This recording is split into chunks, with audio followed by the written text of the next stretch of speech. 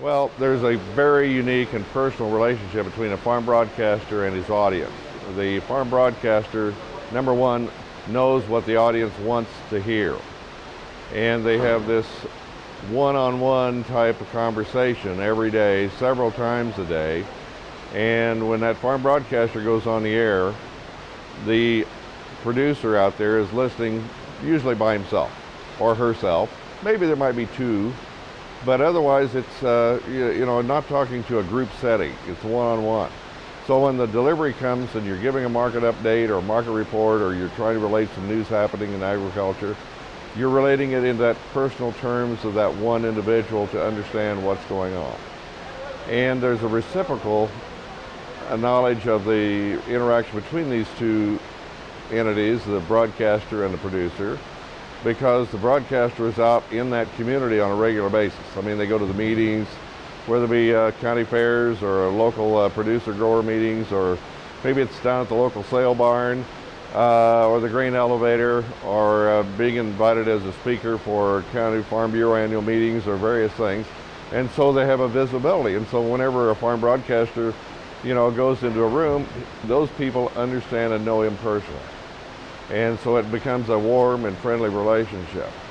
I don't know as the farm broadcaster is always geared to be the advocate for the producer, but there's a very empathetic communication that's going on, because so many issues that involve agriculture today are issues that impact the industry at large, but they also impact each individual. And so as individual farms deal with issues that may involve estate planning, it may involve the estate tax, it may involve, marketing strategies, it may involve environmental regulations, it may involve, cooperative, value-added cooperatives being constructed and built by farmers in the last few years particularly. The farm broadcaster is the one that communicates that information. So they have an opportunity to always have an exchange. So it becomes a personal friendship.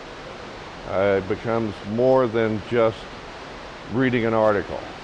It's more than a value that is in far excess of just the actual factoid information.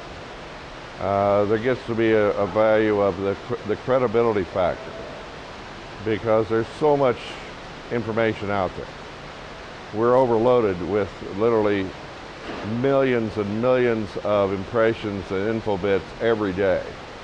From the time you get up in the morning and you get in your pickup and you drive down to local town or whatever the case is, how many billboards do you go by?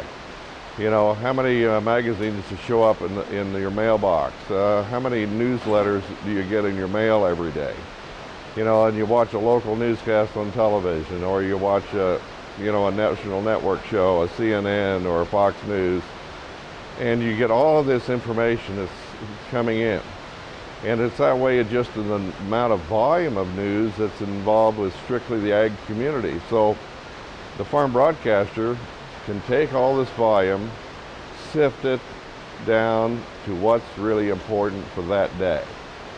And it may require a series of programs over a course of time, but it's his job basically to give that producer the information he needs every day to make value decisions. Because as a producer, which I'm now one, I have to make a decision every morning whether I'm going to sell a grain, if I'm going to buy my inputs, do I take advantage of the cash discounts in the fall for next spring, whether it be fertilizer or ag chemicals or seed. Those are all decisions that I need information for that farm broadcaster to funnel me down and sort that information down to what's important. What's the market cycles, and what is it going to mean for me and my family, my household, as we interact in this whole dynamic world in agriculture we have today. It's a case where there's a qualitative factor with farm broadcasting that is totally differentiated from any other facet in the media. The only thing that might be close to comparable is sports, in the fact that you have a sportscaster that that is loved and respected as the voice of the Chicago Cubs. And so there's a value by placing advertising, with the Cubs because of this value of the communication of the announcer. In the case of farm broadcasting, it's even more so, that there's this association of added value when that commercial message is presented in an environment that is conducive for the listener to be listening. Because a lot of advertising is out there, but a lot of it is passive. It's on in the background.